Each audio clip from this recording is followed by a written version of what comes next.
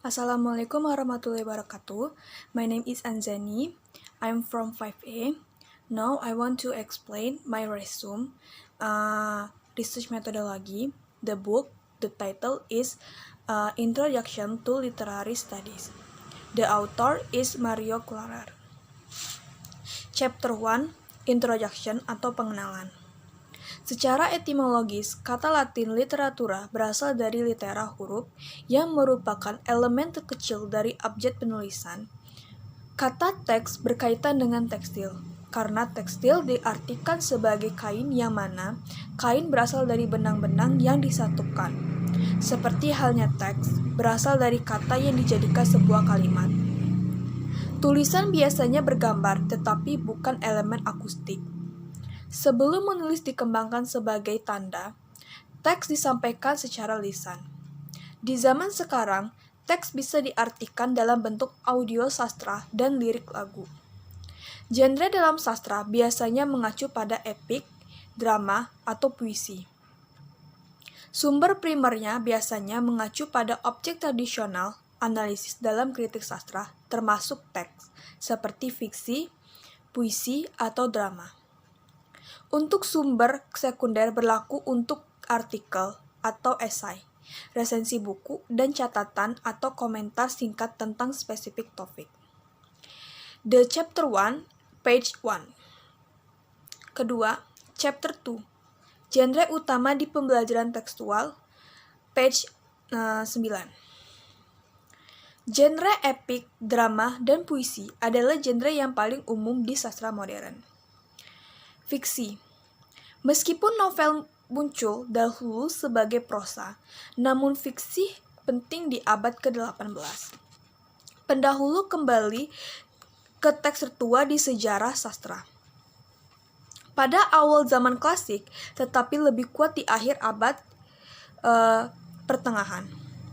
Romansa memantapkan dirinya sebagai sebuah genre independen. Roman kuno seperti Apuleius Golden Age abad ke-2 Masehi biasanya ditulis dalam bentuk prosa. Sedangkan abad pertengahan, karya-karya genre ini menggunakan bentuk-bentuk ayat seperti di Middle Anonymous Roman Arthurian Inggris, Sir Gawain, dan Kesatria Hijau abad ke-14. Istilah plot, waktu, karakter, setting, naratif, perspektif, dan gaya muncul tidak hanya dalam definisi dan penokohan genre, tetapi juga berfungsi sebagai bidang penyelidikan terpenting dalam film dan drama. Plot, interaksi logis dari berbagai elemen tematik sebuah teks yang mengarah pada perubahan situasi asli seperti yang disajikan pada awal narasi. Karakter, umumnya karakter dalam teks dapat ditampilkan sebagai tipe atau individu. Point of view atau sudut pandang. Istilah sudut pandang atau perspektif naratif mencirikan cara teks menampilkan orang, peristiwa, dan latar.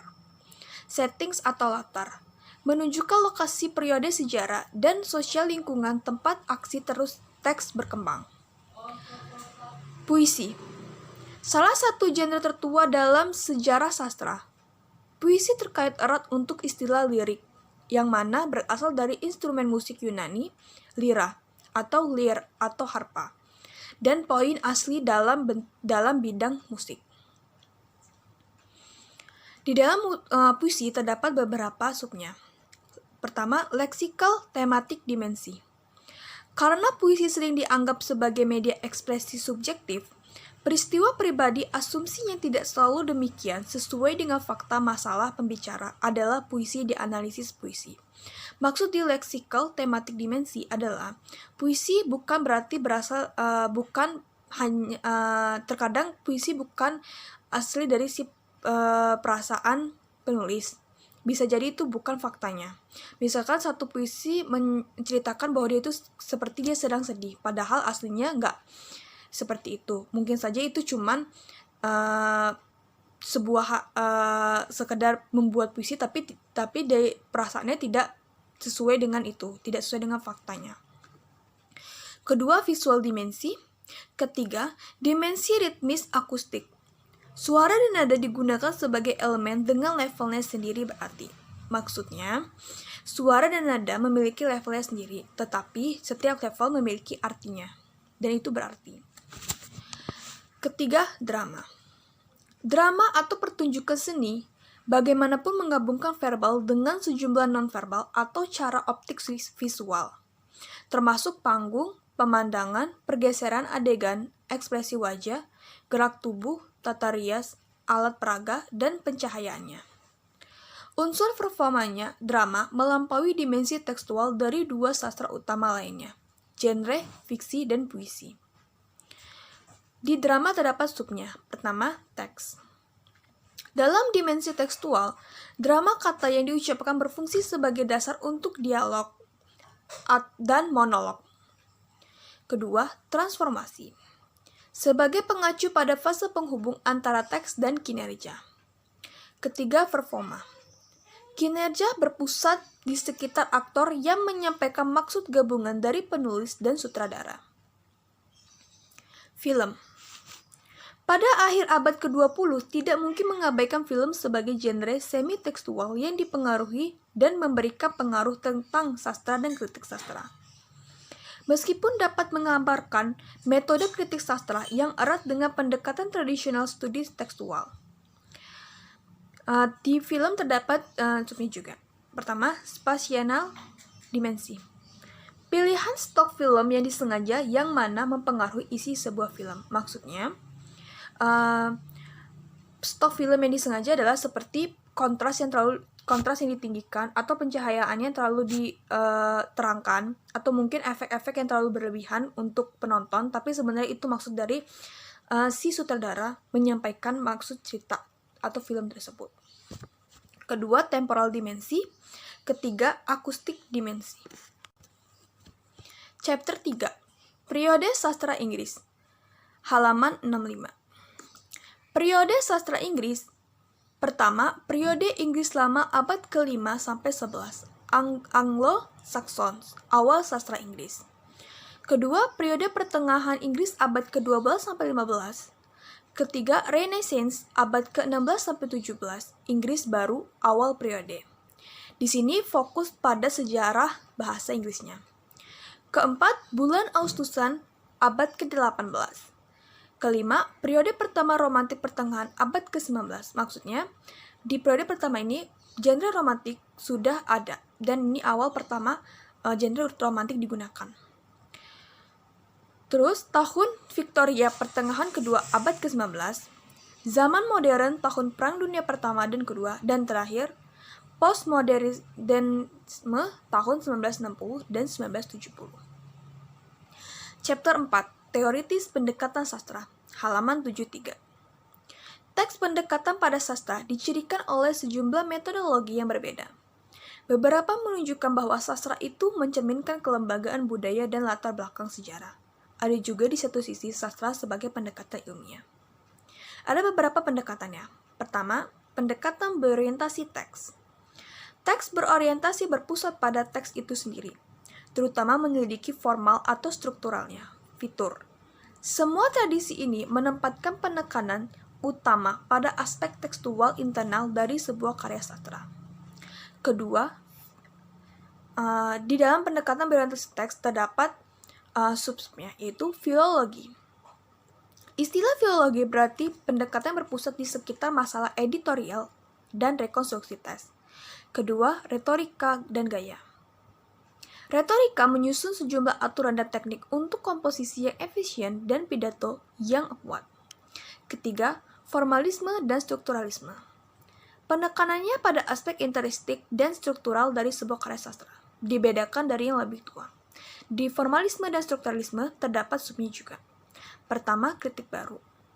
Sebagian besar independen dan formalisme dan strukturalisme Eropa, kritik baru menempatkan dirinya sebagai mazhab dominan kritik sastra dalam komunitas akademik bahasa Inggris selama tahun 1930-an dan 1940-an.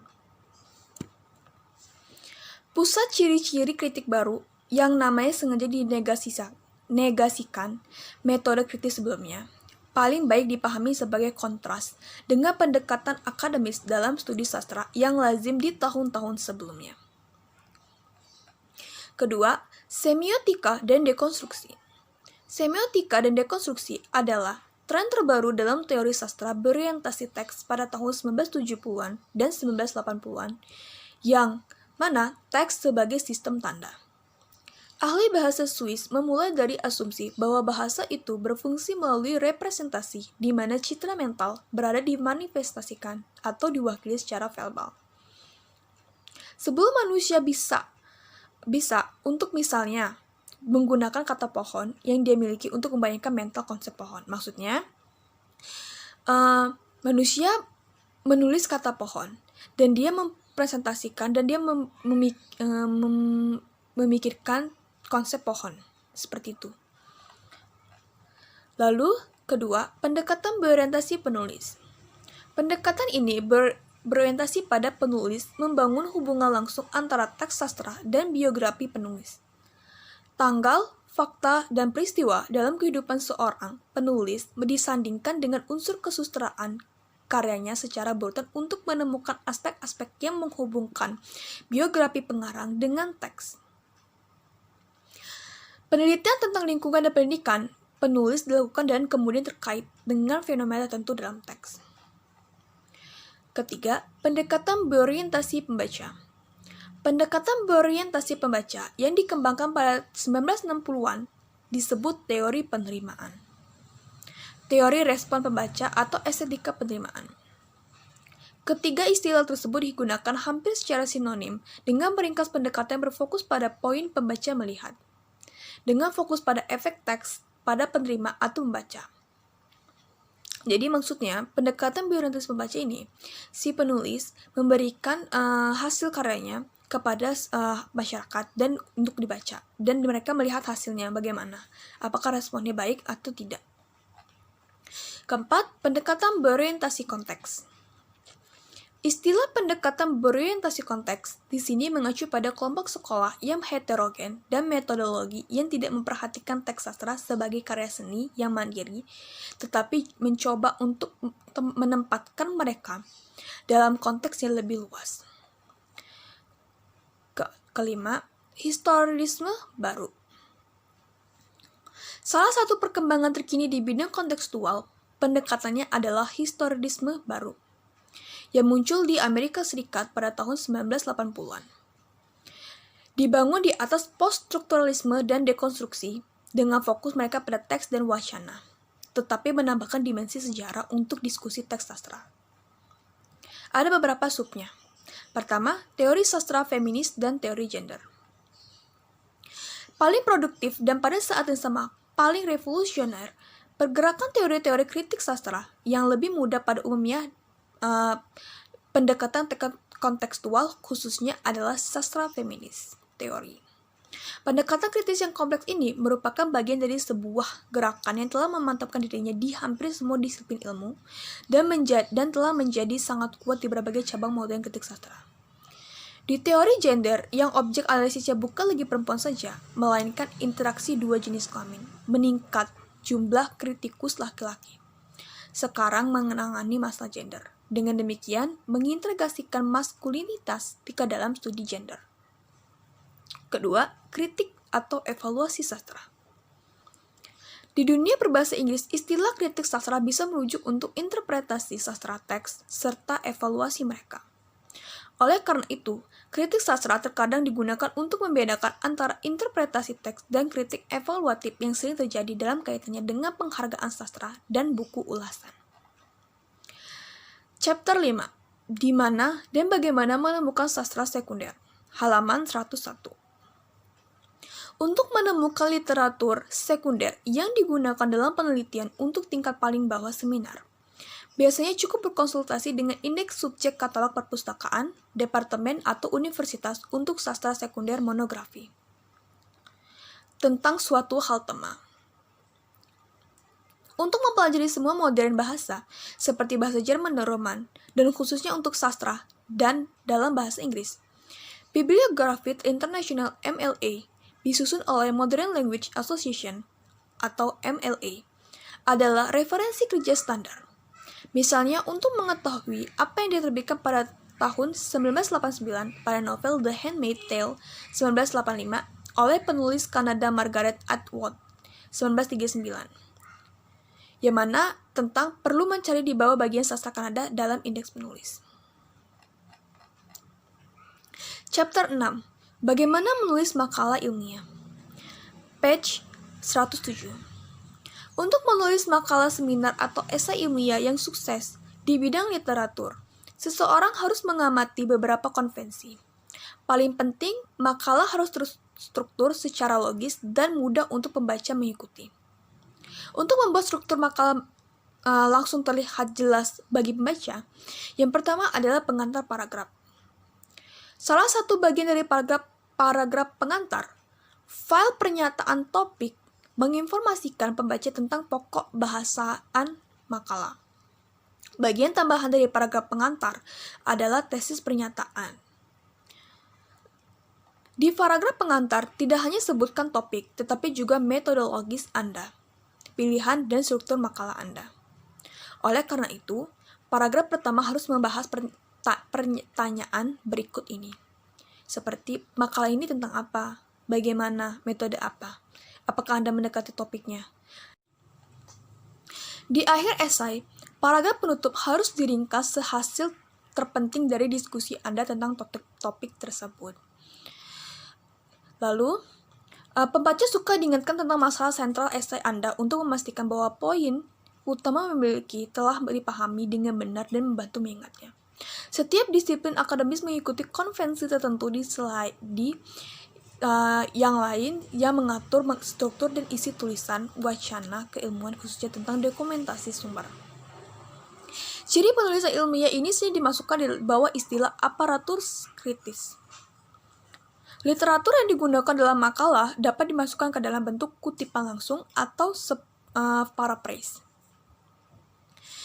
Bibliografi di akhir teks adalah dokumentasi primer dan literatur sekunder yang digunakan di koran.